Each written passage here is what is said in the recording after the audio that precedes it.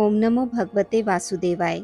मित्रों, आपके और आपके परिवार पर भगवान नारायण की कृपा सदैव बनी रहे। द्वापर युग में एक समय की बात है। यशोदा जी ने कृष्ण से कहा, हे कृष्ण, तुम सारे संसार के उत्पन्न करता, पोषक तथा उसके संहार करता हो। आज कोई ऐसा व्रत मुझसे कहो जिसके करने से मृत्यु लोक में स्त्रियों को विधवा होने का भय न रहे तथा यह व्रत सभी मनुष्यों की कामनाएं पूर्ण करने वाला हो। श्री कृष्ण कहने लगे, हे माता, तुमने अति सुंदर प्रश्न किया है। मैं तुमसे ऐसे ही व्रत को सविस्तार कहता हूँ। सौभाग्य की प्राप्ति के लिए स्त्रियों को 32 पूर्णमासियों का व्रत करना चाहिए। इस व्रत के करने से स्त्रियों को सौभाग्य संपत्ति मिलती है। यह व्रत अचल सौभाग्य देने वाला एवं भगवान शिव के प्रति मनुष्य मात्र की भक्ति को बढ़ाने वाला है। यशोदा जी कहने लगी, हे कृष्ण, सर्वप्रथम इस व्रत को मृत्यु लोक में किसने किया था? इसके विषय में विस्तार पूर्वक मुझसे कहो। श्री कृष्ण कहने लगे कि इस भूमंडल पर एक अत्यंत प्रसिद्ध राजा चंद्रहास से पालित अनेक प्रकार के रत्नों से परिपूर्ण कातिका नाम की एक नगरी थी। वहाँ पर धनेश्वर नाम का एक ब्राह्मण रहता था और उसकी स्त्री अति सुशील रूपवती थी। दोनों ही उस नगरी में बड़े प्रेम के साथ रहते थे। घर में धन धान्य आदि की कमी नहीं थी। उनको एक बड़ा दुख था कि उनके कोई संतान नहीं थी। इस दुख से वह अत्यंत दुखी रहते थे। एक समय बड़ा तपस्वी योगी उस नगरी में आया। वह योगी उस ब्राह्मण के घर को छोड़कर अन्य सब घरों से भिक्षा लाकर भोजन किया करता था। उस योगी ने एक दिन रूपवती से भिक्षा ना लेकर किसी अन्य घर से भिक्षा लेकर गंगा किनारे जाकर भिक्षान को बड़े प्रेम पूर्वक खा रहा था। धनेश्वर ने योगी का यह सब कार्य किसी प्रकार से देख लिया। अपनी भिक्षा के अनादर से दुखी होकर धनेश्वर योगी से बोला, महात्मन, आप सब घरों से भिक्षा लेते हैं, परंतु मेरे घर की भिक्षा कभी नहीं लेते। इसका कारण क्या है? योगी ने कहा कि निसंतान के घर की भीख पतितों के अन्न के तुल्य होती है और जो पतितों का अन्न खाता है वह भी पतित हो जाता है। चूंकि तुम निसंतान हो, अतः पतित हो जाने के भय से मैं तुम्हारे घर की भिक्षा नहीं लेता हूँ। धनेश्वर यह बात सुनकर अपने मन में बहुत दुखी हुआ और हाथ जोड़कर योगी के पैरों में गिर पड़ा तथा अर्थभाव से कहने लगा, हे महाराज, यदि ऐसा है तो आप मुझे पुत्र प्राप्ति का उपाय बताइए। आप सर्वज्ञ हैं, मुझ पर अवश्य ही कृपा कीजिए। धन की मेरे घर में कोई कमी नहीं है, परंतु मैं पुत्र न होने के कारण अत्यंत दुखी हूँ। आप मेरे इस दुख का हरण करें, आप समर्थवान हैं। यह सुनकर योगी कहने लगा, हे ब्राह्मण, तुम माँ चंडी की आराधना करो। घर आकर उसने अपनी स्त्री से सब वृतांत कहा और स्वयं तप के निमित्त वन में चला गया।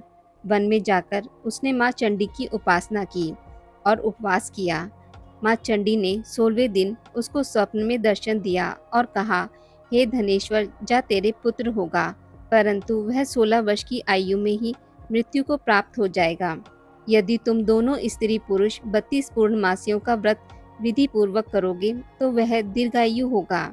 जितनी तुम्हारी सामर्थ्य हो, आटे के दिए बनाकर शिवजी का पूजन करना, परंतु पूर्णमासी को 32 जों जाने चाहिए।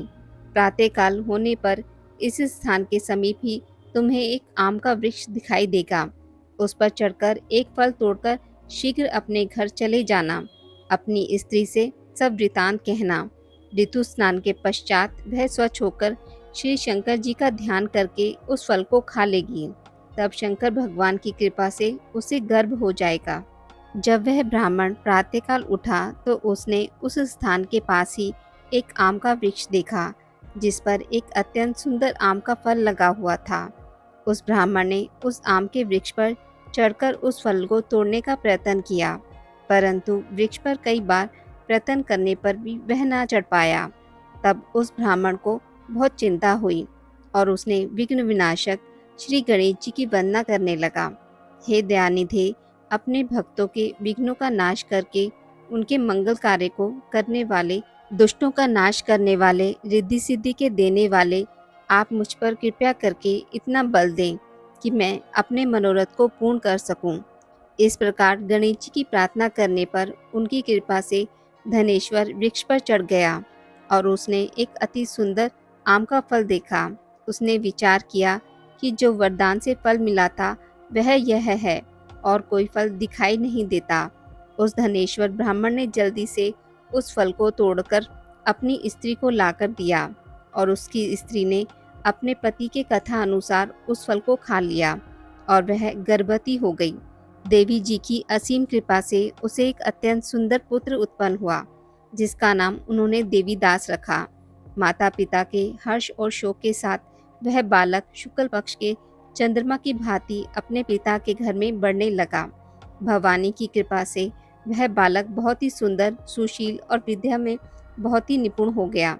दुर्गा जी की आज्ञा अनुसार उसकी माता ने 32 पूर्णमासी का व्रत रखना प्रारंभ कर दिया था, जिससे उसका पुत्र बड़ी आयु वाला हो जाए।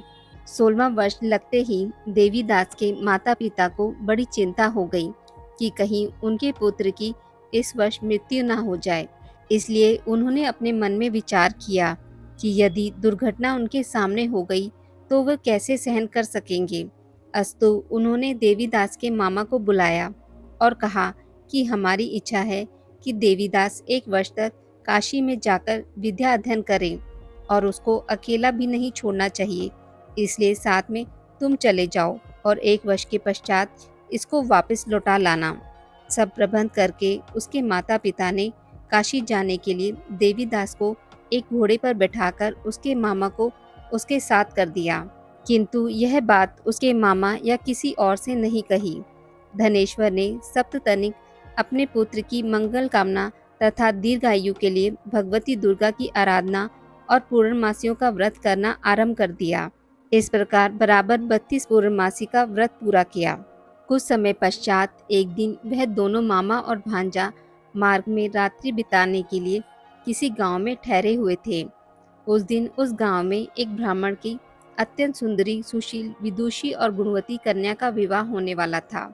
जिस धर्मशाला के अंदर वर और उसकी बारात ठहरी हुई थी, उसी धर्मशाला में देवीदास और उसके मामा भी ठहरे हुए थे। संयोगवश कन्या को तेल आदि चढ़ाकर मंडप आदि का कृत्य किया गया तो लगन के समय वर को धनुवार्ता हो गया। अस्तु वर के पिता ने अपने कुटुंबियों से परामर्श करके निश्चय किया कि यह देवीदास मेरे पुत्र जैसा ही सुंदर है, मैं इसके साथ ही लगन करा दूं और बाद में विवाह के अन्य कार्य मेरे लड़के के साथ हो जाएंगे। ऐसा सोचकर देवीदास के मामा से जाकर बोला कि तुम थोड़ी देर के लिए अपने भांजे को हमें दे दो, जिससे विवाह के लगन का सब कृत्य सुचारू रूप से हो सके। तब उसका मामा कहने लगा, जो कुछ भी मधुपर्क आदि कन्यादान के समय वर को मिले वह सब हमें दे दिया जाए, तो मेरा भांजा इस बारात का दूल्हा बन जाएगा। यह बात वर के पिता ने स्वीकार कर लेने पर उसने अपना भांजा वर बनने को भेज दिया और उसके साथ सब विवाह कार्य रात्रि में विधि पूर्वक संपन्न हो गया। पत्नी के साथ वह भोजन न कर सका और अपने मन में सोचने लगा कि ना जाने यह कैसी स्त्री होगी। वह एकांत में इसी सोच में गरम निश्वास छोड़ने लगा तथा उसकी आंखों में आंसू भी आ गए। तब वधू ने पूछा कि क्या बात है। तब उसने सब बातें जो वर के पिता और उसके मामा में हुई थी उसको बतला दी। तब कन्या कहने लगी कि यह ब्रह्म विवाह के विपरीत हो कैसे सकता है। देव, ब्राह्मण और अग्नि के सामने मैंने आपको ही अपना पति बनाया है, इसलिए आप ही मेरे पति हैं। मैं आपकी ही पत्नी रहूंगी, किसी अन्य की कदापि नहीं। तब देवीदास ने कहा, ऐसा मत करिए, क्योंकि मेरी आयु बहुत थोड़ी है। मेरे पश्चात आपकी क्या गति होगी, इन बातों को अच्छी तरह विचार लो। परंतु वह दृढ़ विचार वाली थी। बोली कि जो आपकी गति होगी वही मेरी गति होगी। हे स्वामी, आप उठिए और भोजन करिए, आप निश्चय ही भूखे होंगे। इसके बाद देवीदास और उसकी पत्नी दोनों ने भोजन किया तथा शेष रात्रि वह सोते रहे। प्रातःकाल देवीदास ने अपनी पत्नी को 3 नगों से जड़ी हुई एक अंगूठी दी, एक रुमाल दिया और बोला, हे प्रिय, इसे लो और संकेत समझकर स्थिर चित्त हो जाओ। मेरे मरण और जीवन जानने के लिए एक पुष्प वाटिका बना लो, उसमें सुगंधित वाली एक नव मालिका लगा लो। उसको प्रतिदिन जल से सींचा करो और आनंद के साथ खेलो कूदो तथा उत्सव मनाओ। जिस दिन मेरा प्रणांत होगा ये फूल सूख जाएंगे, और जब ये फूल हरे हो जाएं तो जान लेना कि मैं जीवित हूँ। यह बात निश्चय करके समझ लेना, इसमें कोई संशय नहीं है। यह समझकर वह चला गया। प्रातःकाल होते ही वहाँ पर गाजे बाजे बजने लगे, और जिस समय विवाह के कार्य समाप्त करने के लिए वर तथा बाराती मंडप में आए तो कन्या ने वर को भली प्रकार से देखकर अपने पिता से कहा कि यह मेरा पति नहीं है। मेरा पति वही है जिसके साथ रात्रि में मेरा पाणी ग्रहण हुआ था। इसके साथ मेरा विवाह नहीं हुआ है। यदि यह वही है तो बताएं कि मैंने इसको क्या दिया। मधुपर्क और कन्यादान के समय जो मैंने भूषण आदि दिए थे उन्हें दिखाएं, तथा रात्रि में मैंने क्या गुप्त बातें कही थी वह सब सुनाएं। पिता ने उसके कथा अनुसार वर को बुलाया। कन्या की यह सब बातें सुनकर वह कहने लगा कि मैं कुछ नहीं जानता। इसके पश्चात लज्जित होकर वह अपना सा मुंह लेकर चला गया, और सारी बारात भी अपमानित होकर वहां से लौट गई। भगवान श्री कृष्ण बोले, हे माता, इस प्रकार देवीदास काशी विश्वविद्यालय के लिए चला गया। जब कुछ समय बीत गया तो काल से प्रेरित होकर एक सर्प रात्रि के समय उसको डसने के लिए वहां पर आया।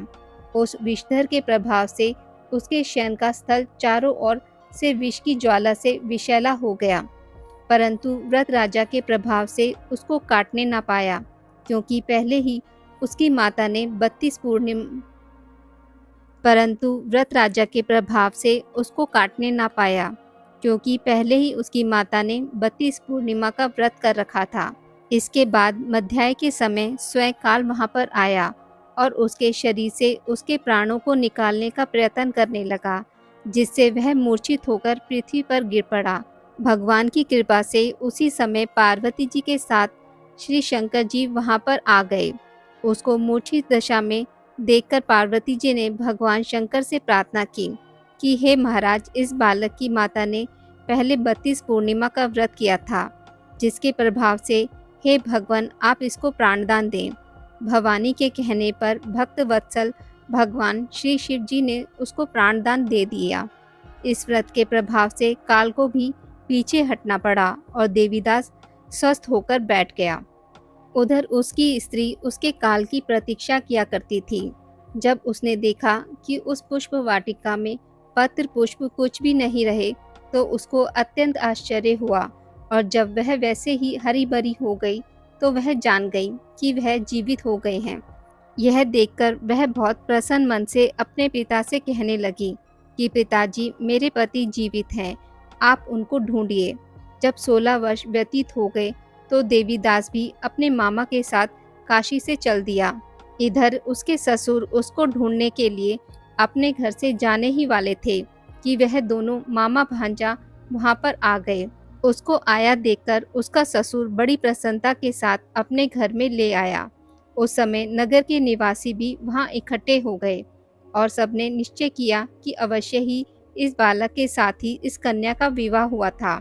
उस बालक को जब कन्या ने देखा तो पहचान लिया और कहा कि यह तो वही है जो संकेत करके गया था। तदुपरांत सभी कहने लगे कि भला हुआ जो यह आ गया, और सब नगरवासियों ने आनंद मनाया। कुछ दिनों के बाद देवीदास ने अपनी पत्नी और मामा के साथ अपने ससुर के घर से बहुत सा उपहार आदि लेकर अपने घर की ओर प्रस्थान किया। जब वह अपने गांव के निकट आया तो कई लोगों ने उसको देखकर उसके माता पिता को पहले ही जाकर खबर दे दी कि तुम्हारा पुत्र देवीदास अपनी पत्नी और मामा के सहित आ रहा है। ऐसा समाचार सुनकर पहले तो उन्हें विश्वास नहीं हुआ, किंतु जब लोगों ने भी आकर उनकी बात का समर्थन किया तो उनको बड़ा आश्चर्य हुआ। लेकिन थोड़ी देर में देवीदास ने आकर अपने माता पिता के चरणों में अपना सिर रखकर प्रणाम किया, और उसकी पत्नी ने अपने सास ससुर के चरणों को स्पर्श किया तो माता पिता ने अपने पुत्र और पुत्रवधू को अपने हृदय से लगा लिया, और दोनों की आंखों में प्रेम अश्रु बह चले। अपने पुत्र और पुत्रवधू के आने की खुशी में धनेश्वर ने बड़ा भारी उत्सव किया और ब्राह्मणों को भी बहुत सी दान दक्षिणा देकर प्रसन्न किया। श्री कृष्ण जी कहने लगे कि इस प्रकार धनेश्वर 32 पूर्णिमाओं के व्रत के प्रभाव से पुत्रवान हो गया। जो भी स्त्रियां इस व्रत को करती हैं वे जन्म जन्मांतर में वैधव्य का दुख नहीं भोगती और सदैव सौभाग्यवती रहती हैं। यह मेरा वचन है, इसमें कोई संदेह नहीं मानना। यह व्रत पुत्र पौत्रों को देने वाला तथा संपूर्ण कामनाओं को पूर्ण करने वाला है। 32 पूर्णिमाओं के व्रत के करने से व्रती की सब इच्छाएं भगवान शिव जी की कृपा से पूर्ण हो जाती हैं। आज की इस वीडियो में बस इतना ही। मित्रों, अगर आपको मेरी वीडियोस पसंद आती हैं तो इसे लाइक और शेयर ज़रूर करें और पूजा पाठ से जुड़ी जानकारी के लिए मेरे चैनल को सब्सक्राइब करना ना भूलें। धन्यवाद।